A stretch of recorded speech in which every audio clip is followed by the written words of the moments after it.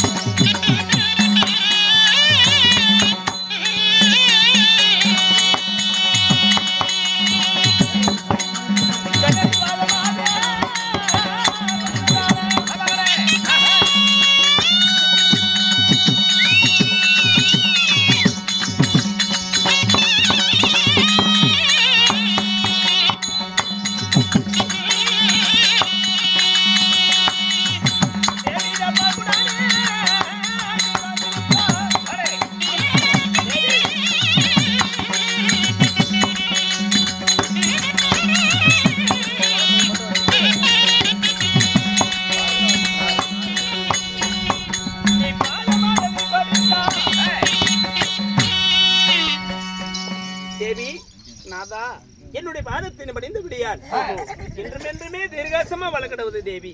ஆகட்டும் சுவாமி. பெண்ணே, இருந்தாலும் நம்மளுடைய நாட்டிலே குடிபடை மக்கள் அனைவரும் சுகமாக இருக்கின்றார்களா இல்லையா? பெண்ணே, புத்திர சோகத்தினால் நாட்டு மக்களுடைய நலன்களை கருதாமல் இருக்கின்றோம். அதனால் நாங்கள் சொல்லியது போல் இன்றைய தினத்திலே குடிபடை மக்களை அவருடைய நலன் விசாரித்து வர வேண்டும் சுவாமி. தாங்கள் புறப்பட்டு வாருங்கள். பெண்ணே சுவாமி, இந்த கொடகர் அயோத்திபுரி நகரத்தையே சிங்கோல் பிடித்து நீதி நெருமுறை தவறாம தர்ம தேவதையை சிறைமேல் கொண்டு உத்தமனாக நாட்டை ஆண்டு வரக்கூடிய, அதாவது ஒரு எறும்பு கூட பாவம் செய்யாத இந்த நாட்டை ஆண்டு கொண்டு இருக்கிறோம் தேவி. நமக்கு நீண்ட நாட்களாக புத்திர சந்தானமே இல்லை. அதனால எனக்கோ இந்த நாட்டை ஆள்வதற்காக இளவரச கூட இல்லையே என்று நான் மனக்கலகத்தோட இருக்கிறேன் தேவி. என்னே, அதனால நான் என்ன செய்வது என்று எனக்கு யாராவது தெரியவில்லை. என்னே நாதா, தேவி, நம்ம பிள்ளை இல்லாத பாவி ஆயிட்டோம்.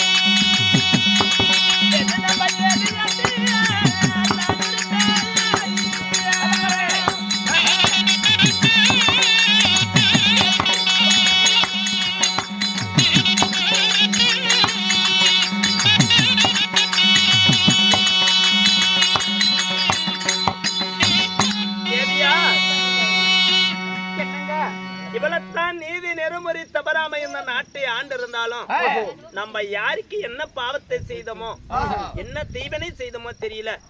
அதனால நமக்கும் 60 வருஷம், அதாவது ஆண்டு 60 ஆகிவிட்டது. இனிமேல் நம்ம வாழ்ந்தா என்ன, நம்ம இறப்பதையே மேல் என்று நான் நினைக்கின்றேன். சுவாமி தேவி, நாமளோ புத்திர வாக்கியம் இல்லாத பாவிகளாகிவிட்டோம். என்னை போன்ற பெண்கள் எல்லாம் என்னை கொட்டி வரடி என்றும் அந்த வார்த்தைகளை சொல்லும் வார்த்தை கேட்பதற்கு என் நெஞ்சத்தில் தைரியம் கிடையாது. ஆகையால் புத்திர வாக்கியம் இல்லாமல் நாம் ஏன் இப்படி அழுது கொண்டிருக்க வேண்டுமோ, அந்த இறைவன் நம் தலையில் என்ன விதிவாசத்தை எழுதி வைத்தானே ஒன்றும் தெரியவில்லை. என்ன எழுதி மாற்றுவதற்கு யாரால முடியாது.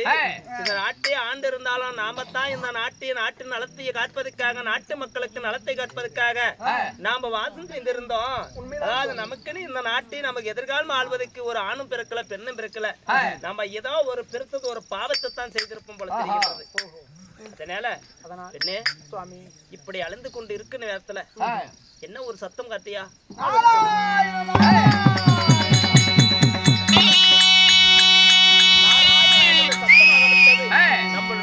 கேட்கின்றது.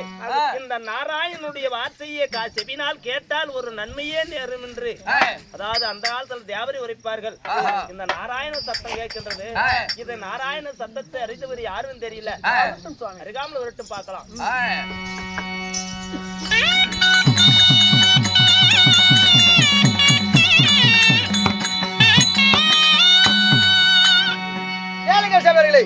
தசரத மன்னனும் கோசலையும் அரண்மனையில் பேசிக் கொண்டு இருக்கும்போது திரிலோக சஞ்சாரியாகப்பட்டவர் நாரத மகாமுனிவராகப்பட்டவர் தர்பார் அவரால் மட்டும்